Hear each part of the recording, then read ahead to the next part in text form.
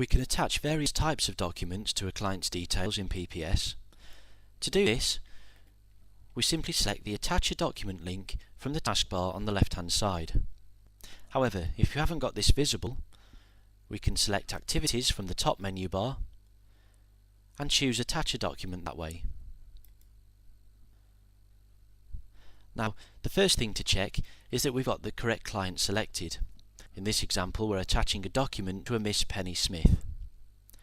We can also choose which practitioner we want to associate with the document. And the date shown here will be the date the document was added. By default, this will always be today's date. The first box we need to fill in is the heading box. This is what's shown in the client log. Now, it's good practice to give this a meaningful name so that we can easily find the document if we need to.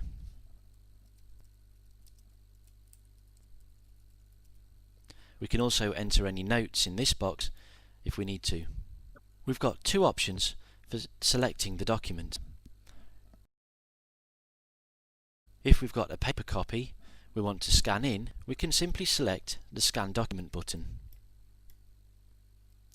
It's worth pointing out here that by clicking Scanner Settings and then selecting the Graphics and File Settings, we can make sure the resolution isn't too high.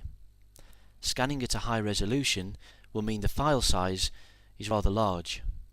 For those that sync, this may cause documents not to get transferred between your different systems. A resolution of 72 or 96 is OK, and for normal text documents we can select grayscale. We have two options for how to save the document.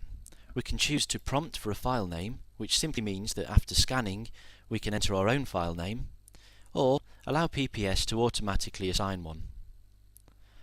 Once we're happy with the settings on this screen, we can click Apply and select OK.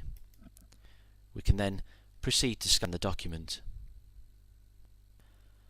However, we might have had the document emailed over to us or scanned beforehand, in which case we can use the Browse button here to browse our computer and select the document. In this example, I'm going to select one from my desktop. The document's called Client Notes, and when clicking OK, we get asked whether we want to copy the document into the PPS Documents folder within the PPS database on your local computer. We say yes to this, and then get prompted that it was successfully copied. As we can see, the document called Client Notes is now selected, and by clicking Save, we can attach it to the client. When we need to open the document at a later date, we simply click Client Log, and we can see that the document resides in the client log. From here we can open it or remove it if it's no longer needed. This concludes the Attaching a Document tutorial.